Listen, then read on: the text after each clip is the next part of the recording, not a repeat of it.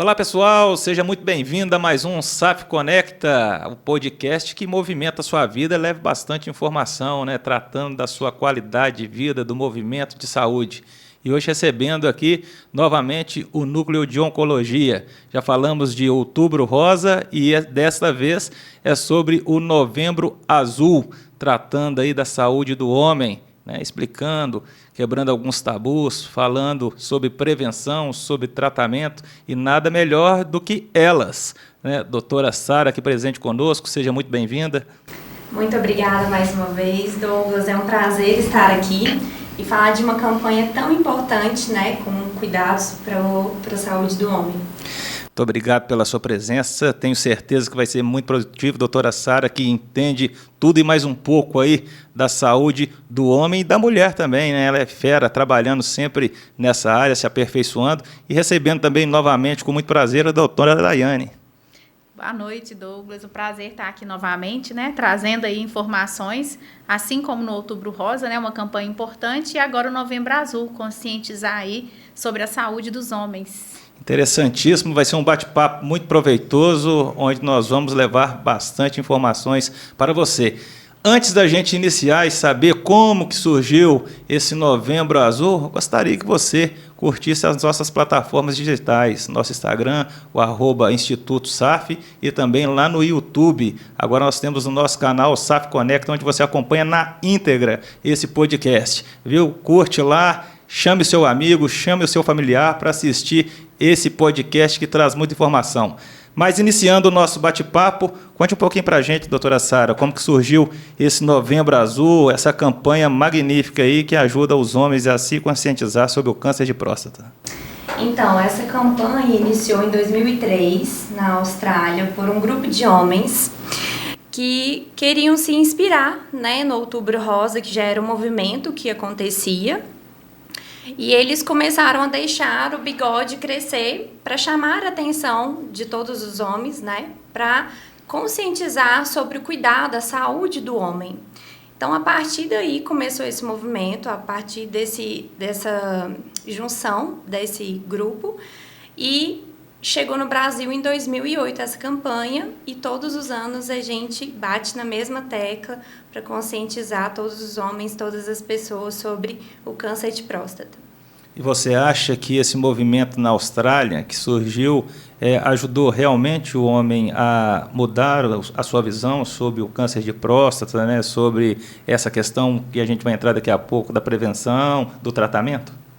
Em partes, Douglas. Eu acredito que após essa campanha, após essa conscientização, esse movimento, veio os novos métodos de prevenção e tratamento a partir desse movimento, mas eu acredito que a gente ainda consegue evoluir, trazer mais informações para esses homens e conscientizar ainda mais a população. Isso é importante, É esse o nosso objetivo com o SAF Conecta, conscientizar a população, levar informação de qualidade, é isso que nós vamos estar buscando, Essa é uma das nossas missões como fisioterapeutas e membros da área da saúde. Gostaria que você, então, esclarecesse para nós, homens, se esse é o principal câncer na vida de um homem, se é o primeiro, se é o segundo, se existem outros, por que essa campanha foca tanto e abrange o câncer de próstata? Você poderia, por gentileza, abordar mais o tema? Claro. Então, o câncer de próstata, ele é o segundo mais recorrente nos homens, ficando atrás ali do câncer de pele não melanoma.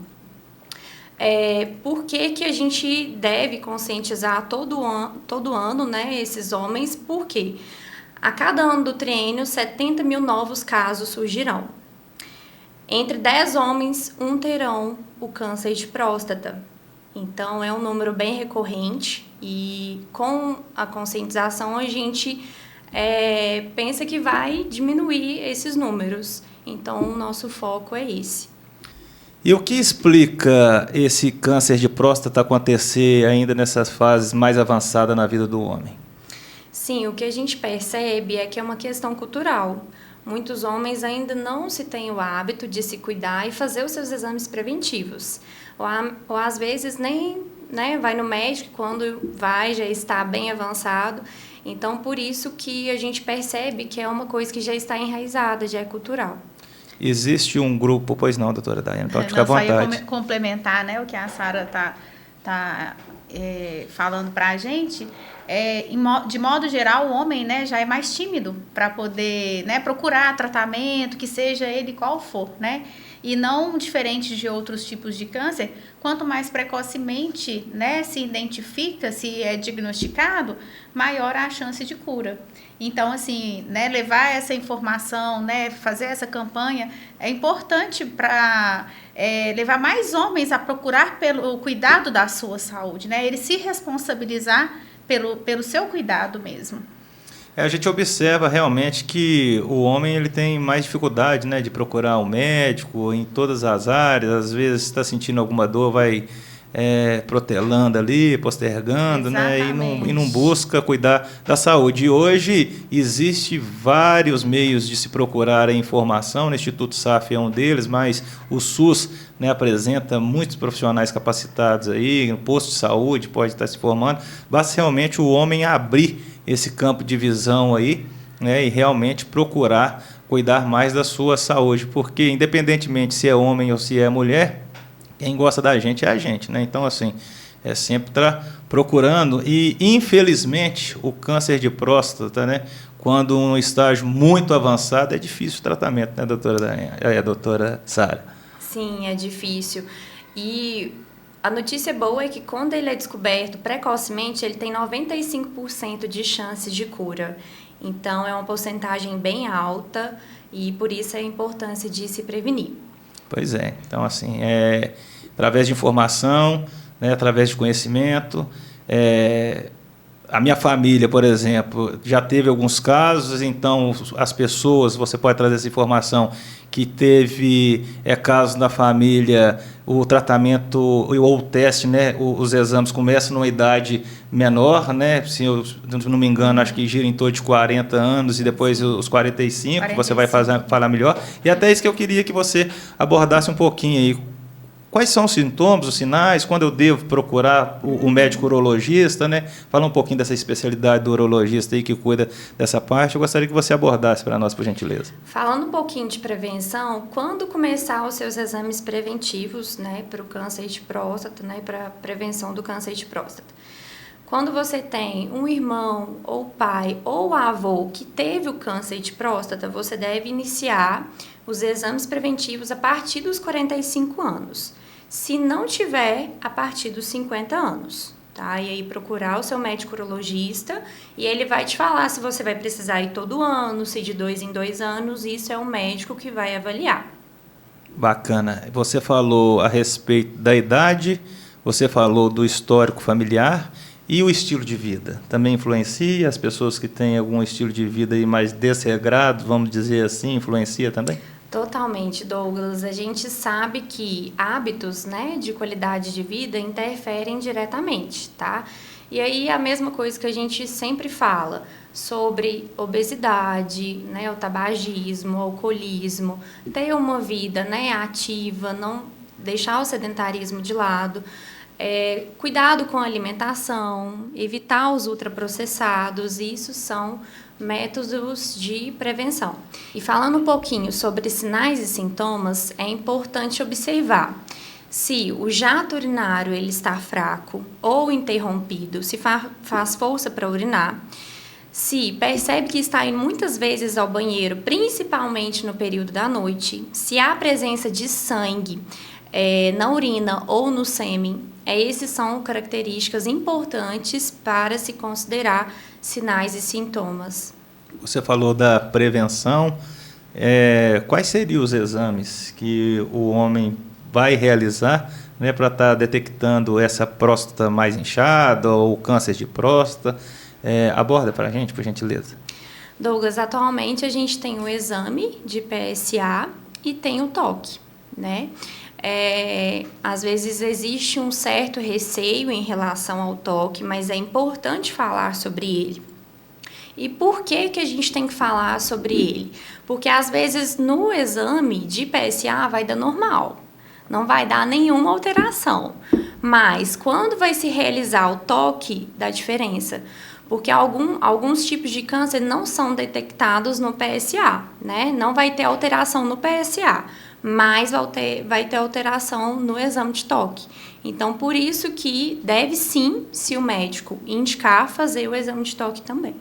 Existe algum exame de imagem que pode ser feito ou não? Realmente é só o de sangue ou o toque? A gente vê falar em tanta tecnologia ou não, isso é um mito, porque eu confesso que já tive pacientes que não fazem o exame de sangue, não fazem o toque, a gente tenta conscientizar, tenta conversar, não vou esperar surgir alguma alternativa. E esperar surgir, muitas das vezes, pode surgir uma coisa aí indesejada, não é isso? Douglas, cientificamente o que a gente tem, né, de melhor resolutividade, melhor precisão é o exame de PSA e o toque atualmente.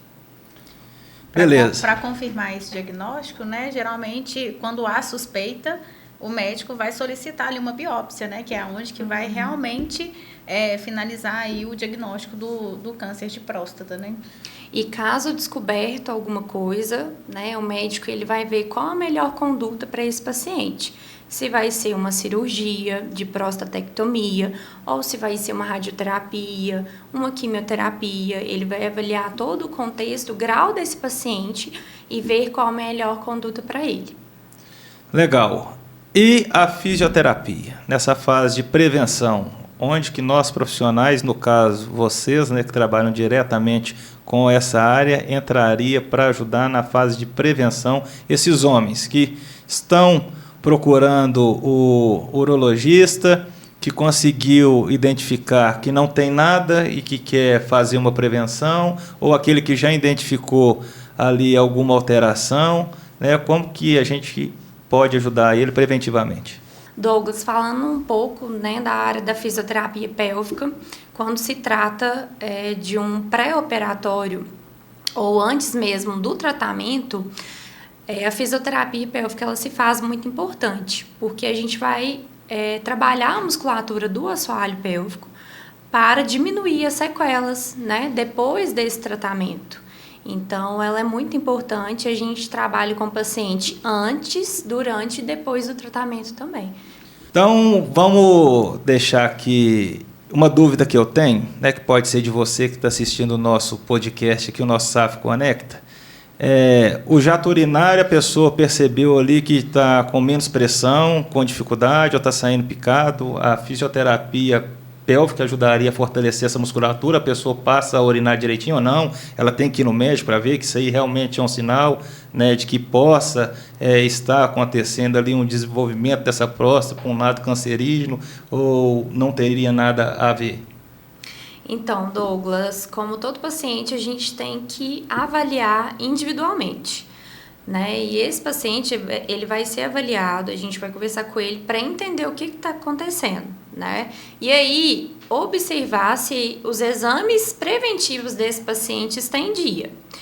Se não estiver, nós da fisioterapia pélvica temos que encaminhar para o urologista para ver se é um problema que está acontecendo internamente lá na próstata ou se é uma coisa que a fisioterapia pélvica pode ajudar, mas tem que ser avaliado primeiro.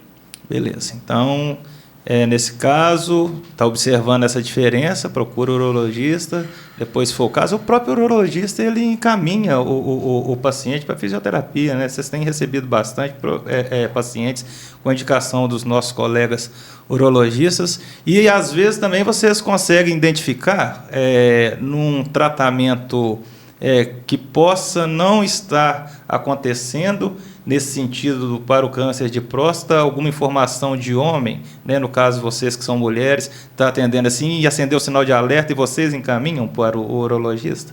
Né, o paciente joga para o alto assim. Eu não sei se tem muito essa relação, essa confiança do homem com a fisioterapeuta, né, com a mulher. Mas já surgiu de vocês pegarem no ar, tá fazendo algum tratamento, algum reforço, alguma coisa, e observar que o homem está meio cabisbaixo, meio triste, e abordar e relatar, e vai, não, procura o urologista, até para que os homens que possam estar realizando tratamento, né, com fisioterapeuta ou com psicólogo e está ainda com algum receio de levar alguma informação, vocês já observaram e já conseguiram intervir nesse sentido? Então, na maioria das vezes, Douglas, os pacientes, eles vêm encaminhado pelo urologista para a gente. É raro um caso ou outro que o paciente vai por conta própria, tá? Mas quando o paciente chega, como eu disse, ele é avaliado num todo. E a gente faz essas perguntas, como que tá os exames de rotina, observa como que tá e, se necessário, a gente encaminha, assim, para o urologista. Eu falo isso porque quando eu atendi, por exemplo, hidroterapia, né, nas avaliações da hidroterapia, a gente faz uma série de perguntas. Tem tonteira? O paciente costuma falar, até para a gente poder saber qual que é aquela pessoa que nós estamos lidando para uma abordagem com mais atenção, mais próxima, né, dentro daquele habitat que é o aquático. Mas eu pergunto isso porque, por exemplo, tinha perguntas sobre tem problema de rins, né? E muitas das vezes a pessoa, mas eu tenho que falar isso tudo aqui para poder realizar a hidroterapia? Tem, porque a água é quente, poderia acelerar o processo. Então, eu pergunto isso porque, às vezes, numa abordagem de vocês ali inicial, ali, vocês podem matar uma coisa, ali, uma charada ali que já vem, né, prejudicando ou trazendo um sinal de alerta para essa pessoa que procura vocês ali, no caso, o homem. E aí que entra, mais uma vez, a nossa conscientização, a informação nossa de ter que deixar esse homem esclarecido, né? Que ele tem que cuidar da própria saúde, que ele tem que fazer os exames preventivos corretamente. E contar, viu, homens, contar para o seu profissional o que está acontecendo no dia a dia, porque... Vou citar aqui novamente, já citei ele mais uma vez, mas é bom que ele está acompanhando o podcast e ele vê que ele está ficando famoso. Né? Mas agora, para o lado bom da situação, se o meu pai e minha mãe não for com ele no médico, meu pai não conta as coisas para o médico, não. Aí tem que ficar adivinhando, o médico tem que ficar, e como é que faz? Né? Sua mãe que conta. Se não tiver informação, como que o médico, o profissional de fisioterapia vai conseguir te ajudar? Então tem que esclarecer, né? Lembrar que aquele profissional que está na sua frente ali, ele vai colher essas informações são sigilosas, né? É para ele elaborar o seu protocolo de tratamento, e isso faz toda a diferença. Então, assim, não omitem informações, né? Aproveita o momento para poder desabafar, para poder contar todos os detalhes, porque talvez é no detalhe que o profissional vai conseguir te ajudar. Doutora Sara, com relação a exercícios e cuidados no dia a dia, tem alguns que você pode destacar aqui para que as pessoas que estejam nos assistindo possam fazer ou não? Não existe nenhum tipo de exercício por enquanto. Primeiro tem que passar novamente por essa fase, tem que ser detectado para depois realizar algum tratamento, ou não, as pessoas já podem ir realizando algum tipo de exercício, algum tipo de cuidado? Então, na parte da fisioterapia pélvica, a gente passa os exercícios individualizados, né? Precisa primeiro fazer uma avaliação para depois passar o tratamento para esse paciente. Mas, já adiantando uma dica que é muito importante, né? Principalmente para quem vai passar por esse processo de tratamento, é cuidado com a obesidade. Tá? Cuidado com a obesidade, o tabagismo e o alcoolismo. Porque falando, né, do pós-operatório, pós-tratamento, esses hábitos ruins, eles vão influenciar em questão da sua evolução na fisioterapia pélvica. Então, é importante se atentar a isso. Lembrando, Douglas, que o tratamento, né, ele pode ser cirúrgico, com radioterapia e quimioterapia, né? Então, além dos exercícios específicos que é trabalhado na fisioterapia pélvica, a gente tem aquele olhar, né, do paciente como um todo, que pode trazer fraqueza, né? O tratamento traz efeitos colaterais. E por isso é importante, né, fazer um trabalho global também, se é percebido que aquele paciente, né, está com uma fraqueza, está com uma dificuldade de equilíbrio, está ficando mais cansado, né? Então, ali é um trabalho tanto da fisioterapia pélvica, né, que é ali bem localizado, mas também de um trabalho global desse paciente, né? Então, a gente acaba trabalhando sempre em conjunto aí. Ainda falando sobre sequelas pós-tratamento, pós-operatório, radioterapia e quimioterapia, a gente tem, né, as sequelas que é incontinência urinária, disfunção sexual, urgência urinária, de ter que ir ao banheiro a todo momento. E a fisioterapia pélvica, ela acelera o processo de melhora desses pacientes. Então, por isso que é importante, o paciente fez a cirurgia, passou o tempo indicado pelo urologista, ele deve começar o tratamento com a fisioterapia pélvica imediatamente após ser liberado. pelo médico, para a gente acelerar o processo de melhora desse paciente, para ele ter qualidade de vida e voltar ao seu cotidiano. Bacana. E como que os familiares, os amigos, as pessoas próximas podem ajudar nesse processo de conscientização? Qual que seria aí uma dica que você daria para essas pessoas aí que estão mais próximas, né? Por exemplo, uma pessoa de 60, 50 anos em casa, o filho às vezes está abordando, a esposa está tentando conscientizar. Qual que seria assim uma mensagem que você deixaria para esses familiares, uma maneira de abordar para que eles consigam convencer essa pessoa de estar procurando a consulta precocemente? Douglas, na minha percepção, eu tenho duas opiniões. A primeira é que a pessoa que convive, né, com homens, ela tem que ser um exemplo com o cuidado da sua saúde, né? E segundo, se esse homem ele tem dificuldade para ir ao médico, fazer os seus exames preventivos, por que não acompanhar ele, né? Se mostrar presente, né? Porque a gente sabe que tem um certo receio, um medo, uma vergonha. Então, às vezes, quando a parceira vai, ou, né, um filho, né, um acompanhante, ele vai se sentir mais à vontade, né? E por que não acompanhar esse paciente? Perfeito. E a respeito do tratamento, né? Nós falamos da prevenção com a fisioterapia, o tratamento, né, desse paciente pós-cirurgia. Qual que é o prognóstico? Tem que fazer durante todo o período da vida, né? A vida toda? Não, tem um certo tempo, depois ele pode praticar a atividade física dele normalmente. Isso vai impedir que ele mude a sua qualidade de vida ou não? Pelo contrário, a fisioterapia vai ajudar ele a restabelecer essa qualidade de vida. E quando, né? Talvez a gente sabe que varia de indivíduo para indivíduo o tratamento, mas assim, se teria assim, uma perspectiva que a gente poderia estar falando que não, gira em torno, por exemplo, uma cirurgia de LCA na parte da ortopedia da fisioterapia esportiva, 9 meses, se teria alguma coisa assim, ou não, se o acompanhamento tem que ser mais prolongado, né? E qual que seria essa sua explicação? Em relação ao prognóstico, ele é um pouquinho mais demorado na fisioterapia pélvica quando se trata de pós-operatório de prostatectomia. Ele leva em torno de 6 meses a 1 ano para esse homem ter bons resultados, mas nem sempre ele vai chegar a 100% de continência urinária. Isso vai depender de vários fatores, das comorbidades, né, os problemas de saúde, obesidade, se tem algum vício, né? Todos esses fatores vão influenciar. Então, o negócio, rapaziada, é prevenir. Tá entendendo? Vamos prevenir, vamos correr atrás da prevenção, né? Fazer os exames, fazer os exercícios, as atividades, a boa alimentação. E, se porventura vier a acontecer, tem os profissionais capacitados aí para te ajudar a ter uma qualidade de vida melhor, né? Proporcionando aí que você consiga enfrentar de cabeça erguida aí os problemas e que você consiga se restabelecer. Porque, como a doutora Sara bem abordou, 95% de chance de recuperação nessa fase inicial. Então, é importantíssimo você fazer a prevenção. Caso aconteça, pegou naquela fase inicial, 95% de chance. Então, a gente volta a frisar que a prevenção e os bons hábitos é importantíssimo. E as meninas trabalham com outras questões também, né, como pilates, como o próprio fortalecimento muscular, né, orientações de exercício. Então, não tem o porquê não buscar a prevenção.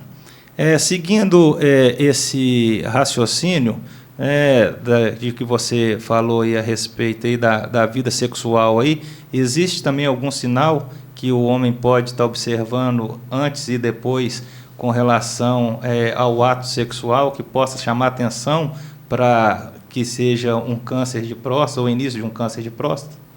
Então, Douglas, é importante isso que você perguntou, porque um dos sinais é o sangue no sêmen, tá? Pode acontecer tanto no sêmen quanto na urina. Então, esse é um sinal importante para se atentar. Beleza. Mais alguma informação importante que você acha que deveria estar passando, que eu esqueci de te perguntar? É importante falar também que homens negros, eles têm mais risco de desenvolver o câncer de próstata e geralmente câncer mais agressivo, tá? Então, esses homens, eles devem sim começar os seus exames preventivos a partir dos 45 anos de idade. E teria algum motivo específico? A literatura traz por que os homens negros eles teriam essa probabilidade maior? Então, no momento a gente não tem informação ainda na literatura o porquê dessa recorrência.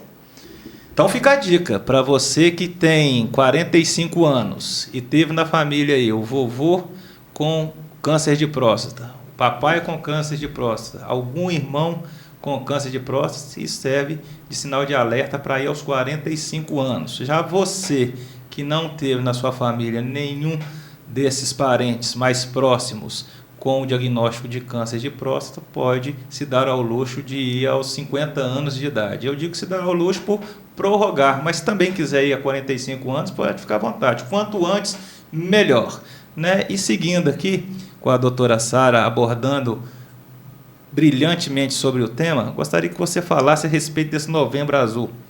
Ele é abordado apenas só para o câncer de próstata? Não, Douglas, ele é abordado para conscientizar sobre a saúde em geral do homem, né? A gente sabe que tem outras doenças que são recorrentes no homem, né? Como, por exemplo, doenças cardiovasculares. Então, a gente traz o Novembro Azul, mas não só conscientizando sobre o câncer de próstata, mas a saúde dele em geral.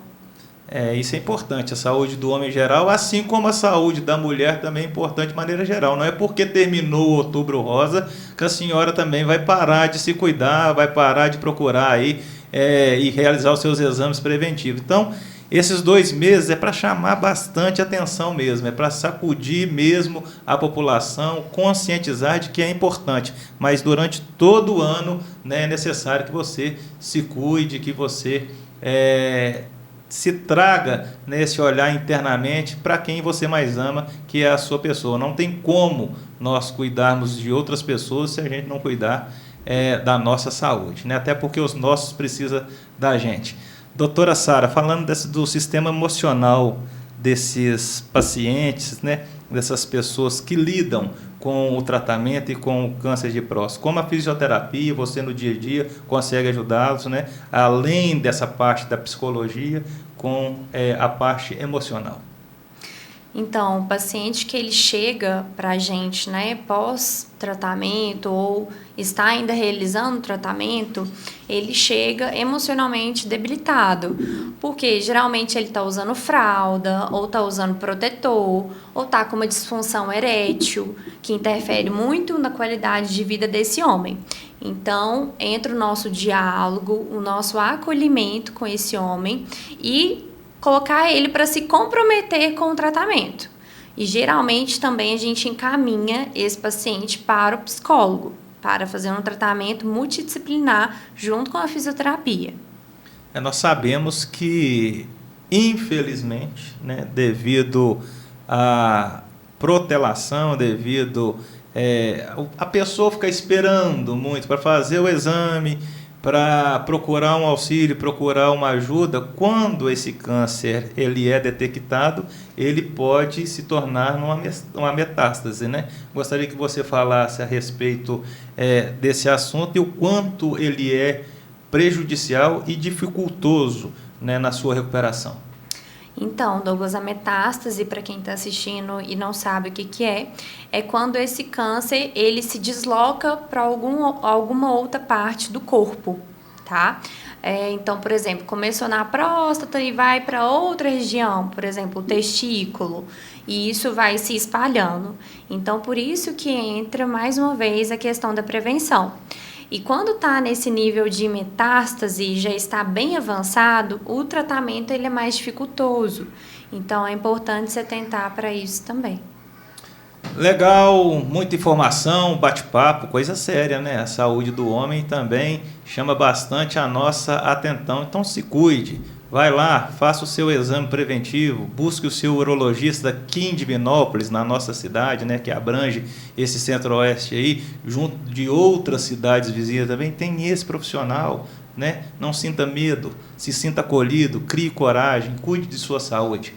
Doutora Sara, bacana demais receber você e a doutora Daiane aqui. Gostaria que você deixasse uma mensagem para esses homens que estão ainda com receio de procurar o urologista, de fazer a prevenção, de se conscientizar, até mesmo de fazer o seu check-up, igual você abordou, que é importante no Novembro Azul cuidar de outras questões, né, do sexo masculino, dessa rapaziada aí que precisa às vezes de um puxãozinho de orelha aí, que nós estamos trazendo bastante informação. Qual é essa sua mensagem? A minha mensagem, Douglas, é que cuidar da própria saúde é um ato de coragem. Então, tenham coragem, façam seus exames preventivos, procurem ajuda, não tenham receio, vergonha ou medo. Né? Os médicos, eles são capacitados para ajudar, né? E para ver se tem algum problema. Né? Então, procure ajuda, faça os seus exames preventivos. Doutora Daiane, gostaria também que você deixasse a sua mensagem aí para essa rapaziada, para os homens aí se conscientizar cada vez mais. Então, meu recado, Douglas, é que os homens sejam realmente protagonistas da sua saúde, né? Aquilo que está incomodando, né? Aquela dificuldade no dia a dia, que seja, né? Fazer xixi com mais frequência, que seja ali no relacionamento, né? Sexual com a sua esposa, né? Que aquilo ali incomoda ele. Se ele procurar por uma ajuda, por um profissional, não tenha vergonha, porque o que está incomodando ele no dia a dia vai realmente melhorar, né? Tem que procurar uma ajuda profissional, porque pode não ser um câncer, né? Então, aquilo ali também vai ser direcionado e esse homem vai ter uma qualidade de vida melhor. E se caso for, né, diagnosticado com um câncer, quanto mais precoce identificar, melhor o tratamento e aí com mais qualidade de vida ele vai viver. Super legal essas informações, esse nosso podcast. Agora a mensagem é para você. Como você pode incentivar na conscientização deste homem ou desta mulher que a gente falou aqui no Outubro Rosa? Compartilhando o nosso podcast, né? Chamando as pessoas para curtir o nosso podcast, o SAF Conecta, no YouTube, nas nossas plataformas digitais, né? Através do Instagram, do @Instituto SAF, através do nosso WhatsApp. Pode mandar mensagem, né, para as nossas recepcionistas, no qual eu deixo aquele abraço caloroso que muito nos ajuda no dia a dia lá no Instituto SAF, para que elas transmitam a sua dúvida e que as nossas profissionais entrem em contato com você, levando informação, cuidado e carinho. Um brinde aqui, porque sempre tem o nosso brinde final, né? Prevenir é o melhor caminho. Um brinde à saúde e até o próximo episódio. Tchau, tchau.